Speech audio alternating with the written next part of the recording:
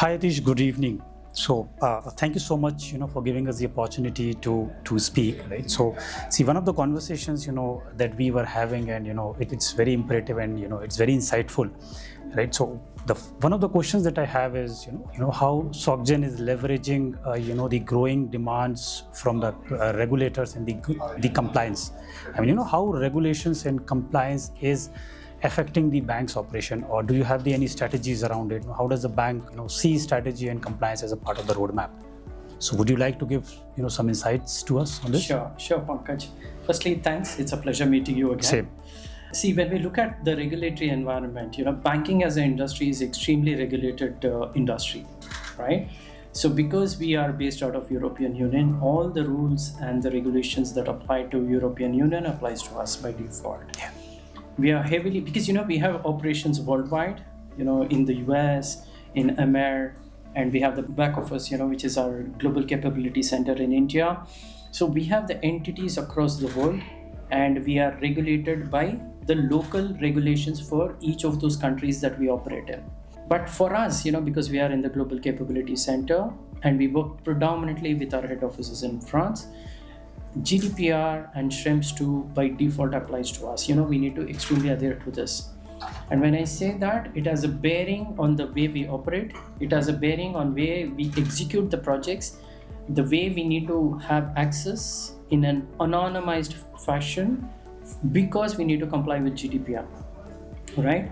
And personal data cannot be accessed. It cannot go outside the European Union. So data protection, data confidentiality, compliance to the group regulations are very important. Sure. And for GCC itself, we are exposed to all the regulations that happens in India, right? So DPDPA, for sure.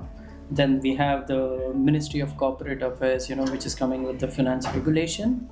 SEBI coming with their regulation, because we have entity which is a business entity which is based out of Mumbai, which does the corporate banking activity. So we are exposed to that as well. So we need to ensure locally when we operate that we need to comply with the local regulations of India. And for the DPDPA specifically, we are also trying to understand what it means in terms of implication, but we are getting towards the readiness of it. Sure. Thank you so much, Yatish, for your insights. Yeah. Thank you. Thank you so much. So Yatish, thank you for telling us about this whole adherence to regulatory and compliance policies and measures, right? Of course, that is the most important for banks. However, ESG as well is holding a lot of importance now. It's part of every boardroom conversation. Yeah. So how is SocGen embedding this into their strategy? And specifically, how are we wanting to do this in SocGen GCC in India? Okay. As you rightly said, ESG is the top agenda in any boardroom, and it is no different for Societe Generale as a group. So we have taken a commitment, and there are a few commitments that we have taken. And this is at the group level, not just at the GCC level. The first commitment that we have taken is to really have 500 billion euro allocation for sustainable finance by 2030. Okay, so that's the first commitment.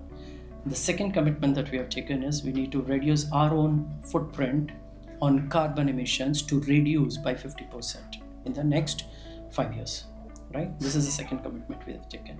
And if you really see the kind of work that we have done in the sustainability space, it's immense. And that's why today we have recognized, and the Global Finance, which is awarded 10 awards for Societe Generale Group last month. That's wonderful. And all these awards are with respect to sustainability. Okay, and we are the world's top investment bank for sustainability finance. We have the best bank in the region for sustainability infrastructure and project financing. We are the best bank for ESG related loans that we provide. And if you really look at the kind of work we are doing, and that's why we are getting recognized for these kind of accolades, right? So when we talk about the global strategy on ESG, that is also applicable for us in GSE. Okay, I call it as GSE because we call ourselves as Global Solution Center, and in the industry parlance, it is GCC. Correct. Right? Yeah. So it is applicable also for us. Mm-hmm. So we also in GCC monitor what is our carbon footprint, what we should do to reduce our carbon footprint, and there's a lot of work that goes on to reduce this carbon footprint.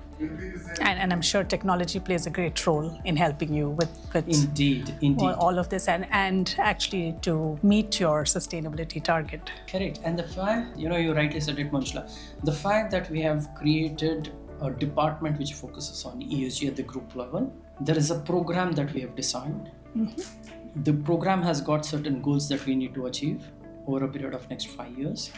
And in that direction, the people, the processes, the IT systems are all geared up to deliver on those goals. And when we speak about those goals, it is also applicable for GCC. And that's where we leverage technology. It could be dashboarding, it could be AI, it could be, the disruptions, or it could be even the carbon accounting software is something that we also use and leverage in GCC. Wonderful. I think Kyndryl and Societe are very aligned in terms of ESG goals. We have set such targets for ourselves as well. Yeah. Thank you. Thank you, Manjula.